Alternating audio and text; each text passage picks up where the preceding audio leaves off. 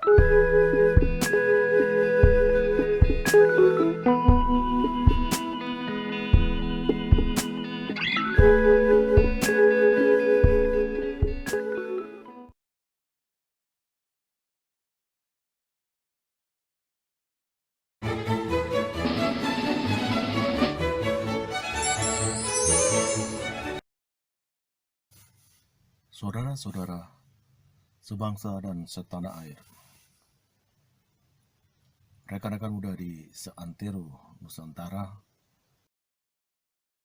semoga tetap berkarakter sebagaimana saat pembentukannya sebagai tentara rakyat, tentara pejuang, tentara nasional, dan tentara profesional.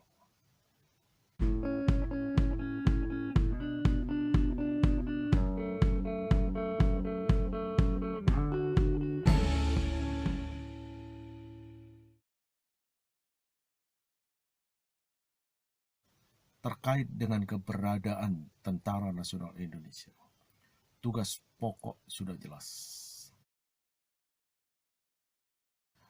Tentara Nasional Indonesia adalah berhadapan dan bersaing, berperang dengan tentara negara lain.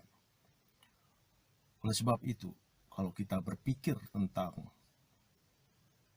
apa tantangan Tentara Nasional Indonesia sekarang dan yang akan datang, tentunya kita harus berpikir dengan cara lengkap dan memahami.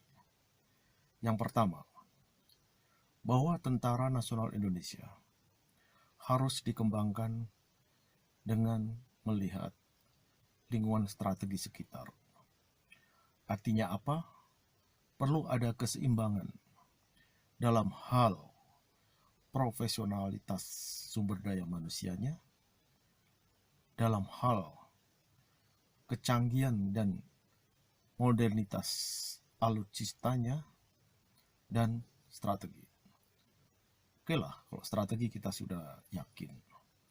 Tapi dua hal yang pertama tadi adalah SDM dan alutsista. Dalam konteks juga kepemimpinan yang dibangun dengan proses-proses yang terjadi di internal TNI. Inti yang ingin saya sampaikan bahwa kita harus membangun Tentara Nasional Indonesia yang berisi prajurit-prajurit yang profesional. Apa makna dari profesional itu?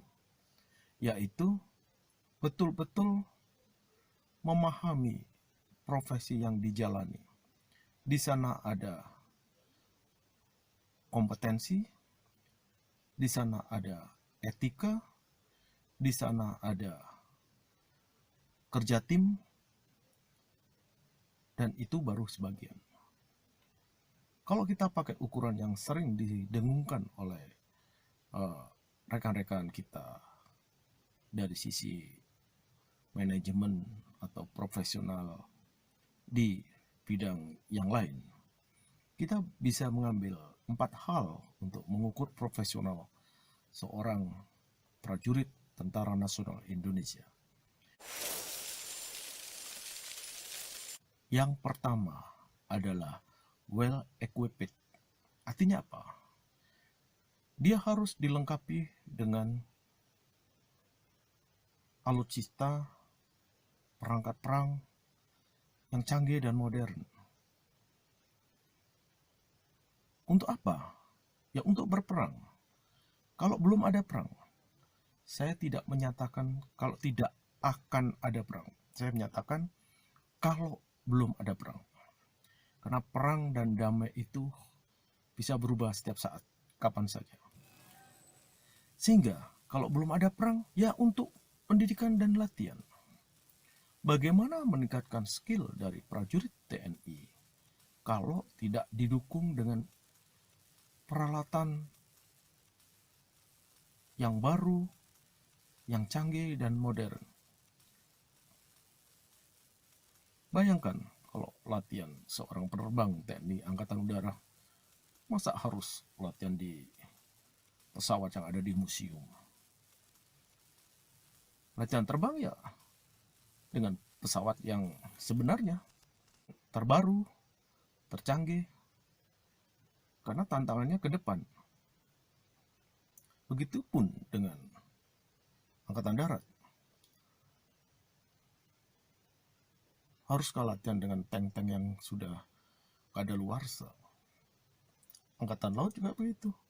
KRI-nya harus KRI yang juga terbaru.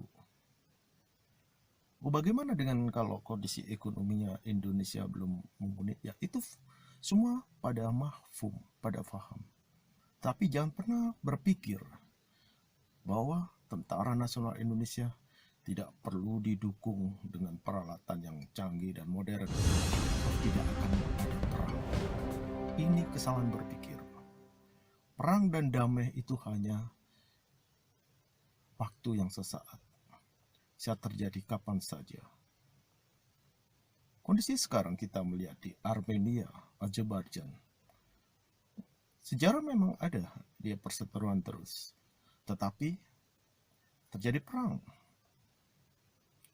Ya, di kawasan manapun mungkin saja terjadi. Oleh sebab itu, perlu dukungan, well equipped. Kalau kita ingin Tentara Nasional Indonesia profesional. Kemudian yang kedua, well educated. Prajurit TNI harus mempunyai pendidikan yang baik. Pendidikan dalam bidangnya, dalam profesinya, juga pendidikan di mana dia berada. Kalau dalam profesinya jelas, di sana ada kompetensi, ada skill yang harus dimiliki oleh seorang penerbang, seorang pendidik, seorang nakoda, seorang ahli teknik, komunikasi, beragam.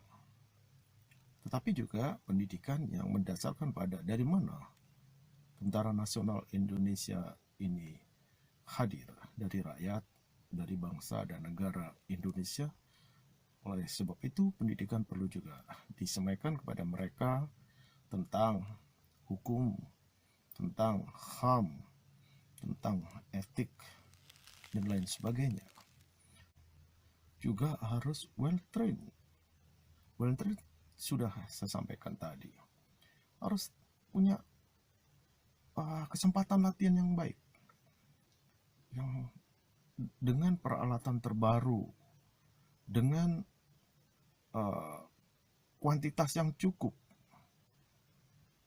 dengan peralatan yang sebenarnya, bukan hanya simulator, bukan hanya latihan kering. Ini kemudian harus rutin. Ada giung yang ada di dalam dunia militer internasional. Jika tidak ada perang, salah satu tugas penting dari militer dalam hal ini termasuk Tentara Nasional Indonesia adalah pendidikan latihan. Itu perlu anggaran yang cukup. Jadi jangan pernah berpikir latihan tidak perlu didukung anggaran. Salah. Kemudian yang terakhir, bagaimanapun juga well paid. Kalau ingin Tentara Nasional Indonesia diisi oleh prajurit-prajurit yang profesional, harus well paid. Ya, dibayar dengan yang baik lah. Kita tidak mengatakan welfare, kesejahteraan yang menjadi ukuran lebih diutamakan dibanding yang lain, tidak.